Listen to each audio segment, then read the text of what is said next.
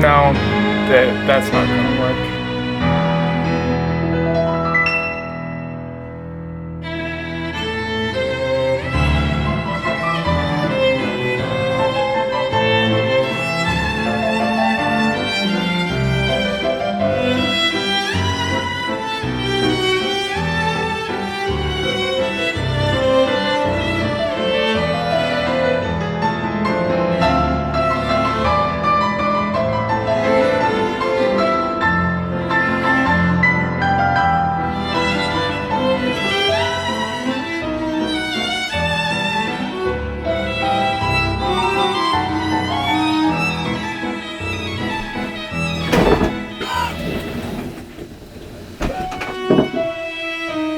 Hi, I'm Tim Petty, and this is the art of Studio Ghibli.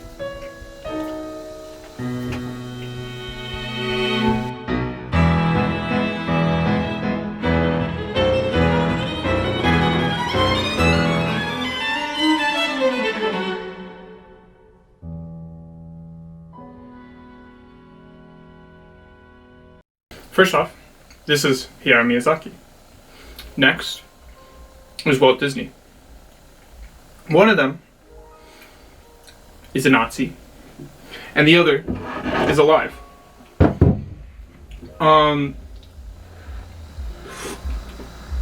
That isn't supposed to shit on Disney in any way. It's just to show why Ghibli is in some ways better. Because that's my main argument for everything. Why it should not be as... I'm burning my hand! For why it shouldn't be as underrated as it is. Because Studio Ghibli is way better than Disney.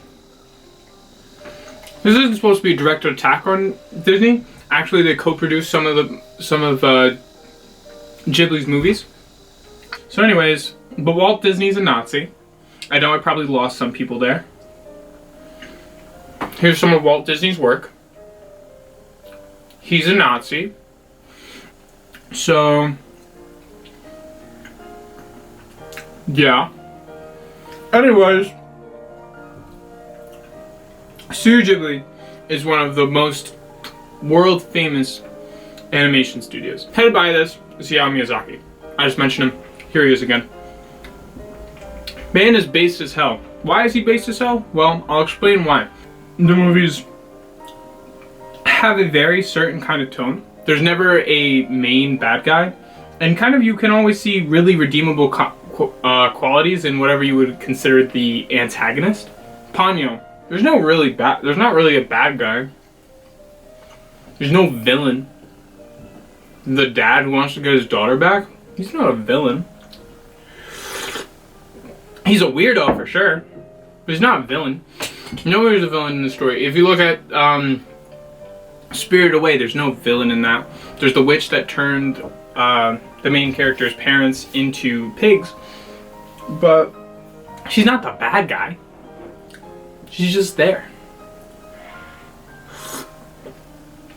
Also, a lot of Hayao Miyazaki's best works are very anti-nationalism, I would say, or for a better term, probably anti-war. If you look at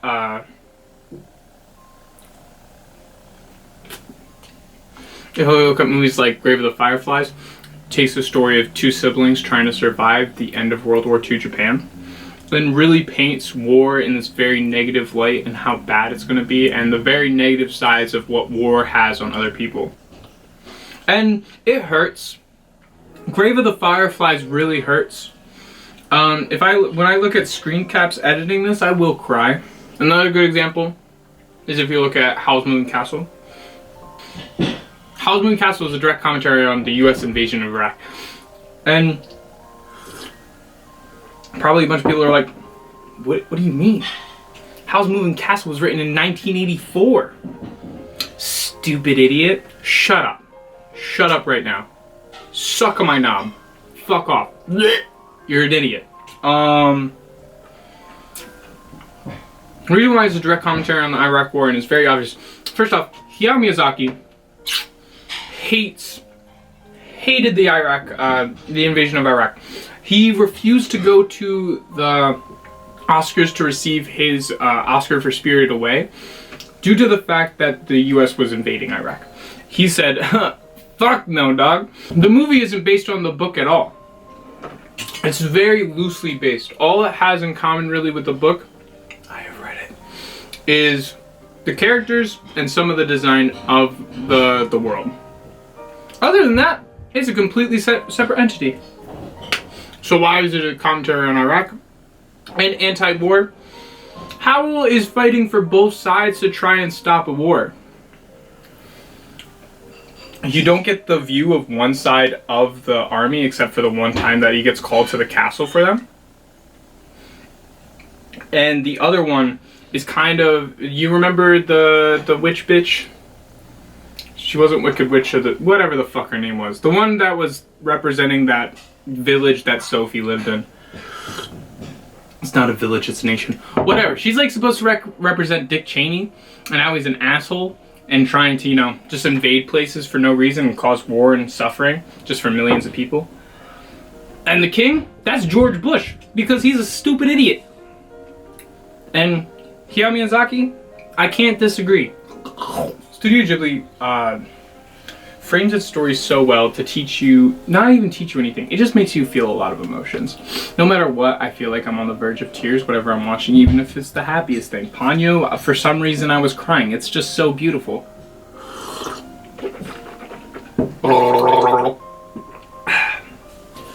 If you watch other stuff, Grave of the Fireflies will make you break down. Kiki's Delivery Service is one of the cutest movies I've ever seen. Howl's Moving Castle is the best story I've ever experienced.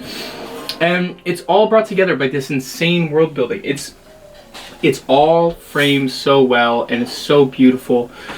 And nothing seems like it's wrong with it. And it's all kind of brought together, not just by their beautiful animations, the beautiful scenery shots that they direct, but Ghibli really brings it together with their music. I can't count how many times this music has put me to sleep in the best way possible, that I have dreams of magic all night. I don't know what kind of magic, but the magic.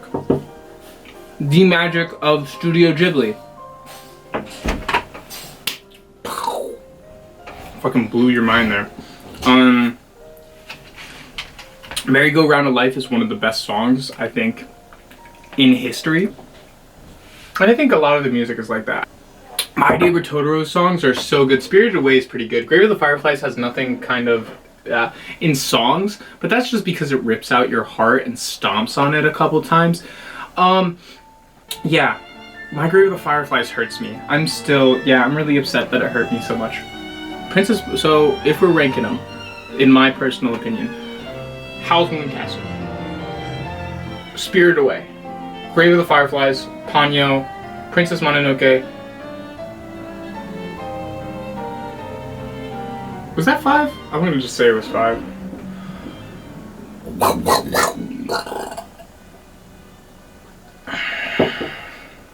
I don't know what else to say. That's the art of Studio Ghibli. It just makes you feel a lot of things, to the fact that I'm speaking out of my asshole about it.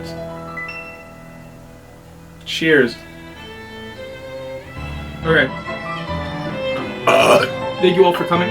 I will be having another one of these next week. Subscribe, like, and comment for more. I'm gonna shit myself.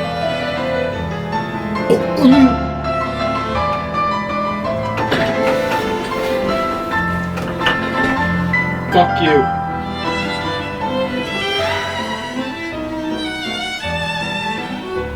Alright.